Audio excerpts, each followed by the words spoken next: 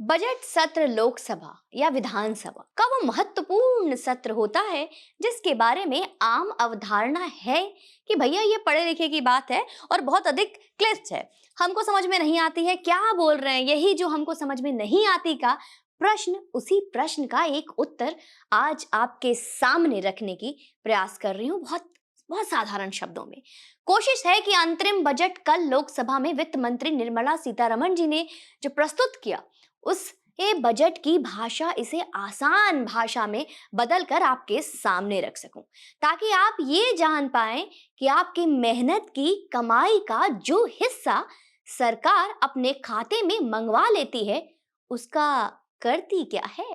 तो आइए जानते हैं, लाइक कर दीजिए वीडियो को। तो कल वित्त मंत्री मैडम ने इस वर्ष का अंतरिम बजट पेश किया। चूंकि चुनावी वर्ष है, इसलिए बजट में कोई ऐसी लोक लुभावन घोषणा नहीं की जिस पर लोग ये कह सके कि अरे ये तो चुनावी रेवड़ी है जो चटाई जा रही है। हम 20 पॉइंट्स में आपको बजट का एक ओवरव्यू देने की कोशिश करेंगे। ध्यान से सुनिएगा, अंत तक देखिएगा। कमेंट बॉक्स में बताइएगा कि हमारी ये कोशिश कितना रंग लाई, आपको कितना समझ में आया। आप चाहे तो इसको लिख सकते हैं। नंबर एक परियोजना है प्रधानमंत्री गति शक्ति योजना। नाम से ही स्पष्ट है, इसका संबंध यातायात से है। इस परियोजना के अंतर्गत 3 प्रमुख रेल गलियारों की शुरुआत की जाएगी। कौन कौन? रेल गलियारा यानी कि रेल के माध्यम से एक संसाधन क्षेत्र को दूसरे संसाधन क्षेत्र से जोड़ने के लिए ट्रेन चलाना।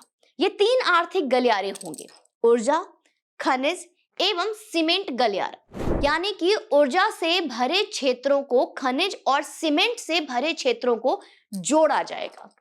अधिक यातायात वाला गलियारा यानी कि ऐसी जगह जहां बहुत अधिक भीड़ भाड़ हो।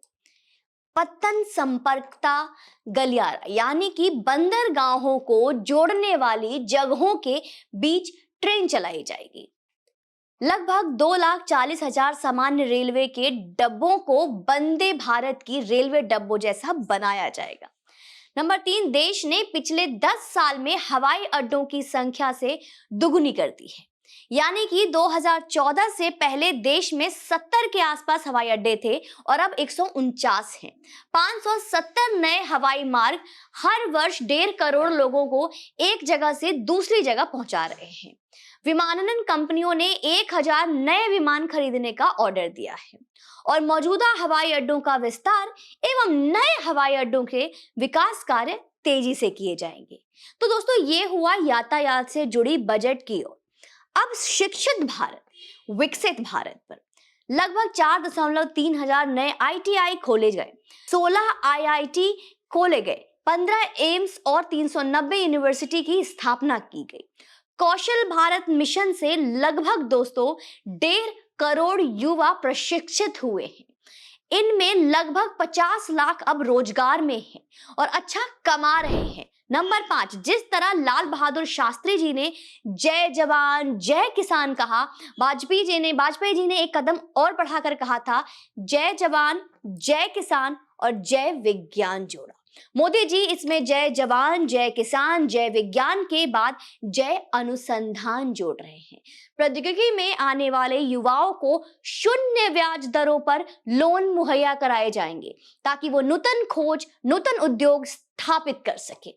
नंबर 6, प्रधानमंत्री आवास योजना के तहत 2024 तक 3 करोड़ आवास बनाने की लक्ष्य रखा गया था, जिसे सफलतापूर्वक हासिल कर लिया गया था और अब आगे अगले 5 साल के लिए 2 करोड़ आवास योजना बनाने की योजना है। 2 किराए के घरों में रहते हैं, उन्हें अपना घर खरीदने और बनाने में मददगार योजनाएं चलाई जाएंगी। 1 करोड़ परिवार के छतों पर सौर प्रणाली से बिजली उत्पन्न होंगे और उसका लक्ष्य रखा गया है, जिससे उन परिवारों को वार्षिक रूप से तकरीबन 15,000 रुपए की बचत होगी, जो वो बिजली बिल के रूप में चुकाते हैं। नंबर 8, आयुष और चिकित्सा पर ध्यान देते हुए सर्वाइकल कैंसर से निपटने हेतु 9 से 14 साल की लड़कियों को टीकाकरण पर जोर दिया जाएगा, इस आयु के, चाहे लड़की हो लड़के। नंबर 9, आयुष्मान योजना के तहत रहे स्वास्थ्य व्यवस्था की देखरेख का जिम्मा भी अब जिम्मेदारी अधिकारियों के साथ साथ आशा कार्यकर्ता, आंगनबाड़ी कार्यकर्ता एवं सह जितनी भी सहायिका है उनका होगा। आंगनबाड़ी व्यवस्था में नई नई चीजें लाई जाएंगी जिनसे उनकी उपयोगिता का स्तर उठाया जा सके। ये है आपका नंबर 9। पॉइंट 10 में भारत में नैनो यूरिया का सफलतापूर्वक अपनाया जा चुका है, जिससे सभी कृषि जलवायु क्षेत्रों में विभिन्न फसलों पर नैनो डीएपी का प्रयोग किया जाएगा। 11वें नंबर पर आते हैं। आज भारत विश्व का सबसे बड़ा दुग्ध उत्पादक राष्ट्र है दोस्तों, लेकिन दुधारू पशु इससे भी अधिक उत्पादन की सक्षमता रखते हैं, इसलिए उनके रख रखाव और खान पान में अधिक ध्यान दिया जाएगा। मवेशियों में होने वाले खुरपका रोग को नियंत्रित करने की पहल की जाएगी। नंबर 12, मत्स्य पालन मतलब मछली पालन के लिए अलग विभाग स्थापित किया जाएगा। इनलैंड और जल कृषि उत्पादन दोगुना हो जाएगा। सी फूड का निर्यात भी दोगुना होगा। प्रधानमंत्री मत्स्य संपदा योजना को बढ़ावा दिया जाएगा। जल कृषि उत्पादकता को 3 टन से बढ़ाकर 5 टन किया जाएगा। निर्यात को बढ़ाकर 1 लाख करोड़ तक ले जाएंगे। मत्स्य संपदा योजना से 55 लाख नए रोजगार पैदा करेंगे। 5 एकीकृत एका पार्कों की स्थापना होगी। नंबर 13, जैसा कि प्रधानमंत्री ने पिछली बार स्वतंत्रता दिवस संबोधन में 2 करोड़ महिलाओं को लखपति बनाने का वादा कर दिया था, तो 1 करोड़ महिलाएं दोस्तों लखपति दीदी बन चुकी हैं। इस लक्ष्य को 2 करोड़ से बढ़ाकर अब 3 करोड़ करने का निर्णय लिया गया है। नंबर 17, पेट्रोल डीजल जैसे आयात वस्तुओं के खर्च पर लगाम लगे, इसके लिए सरकार ई वाहनों का निर्माण और उनके चार्जिंग सिस्टम को स्थापित करने में मदद करेगी। नंबर 18, नई राष्ट्रीय शिक्षा नीति पर काम में और तेजी लाई जाएगी, ताकि देश में प्रायोगिक शिक्षा का स्तर और ऊपर उठे। नंबर 19, घरेलू पर्यटन पर काम किया जाएगा और लक्षद्वीप जैसे द्वीप समूहों की अवसंरचना पर काम करके उसे विश्व पर्यटन के लिए तैयार किया जाएगा। सरकार जनसंख्या वृद्धि से होने वाली चुनौतियों से लड़ने के लिए समिति का गठन करेगी और इस पर कुछ ठोस निर्णय लेगी। तो दोस्तों ये थी वो 20 पॉइंट्स जो हम आपसे साझा करना चाहते थे।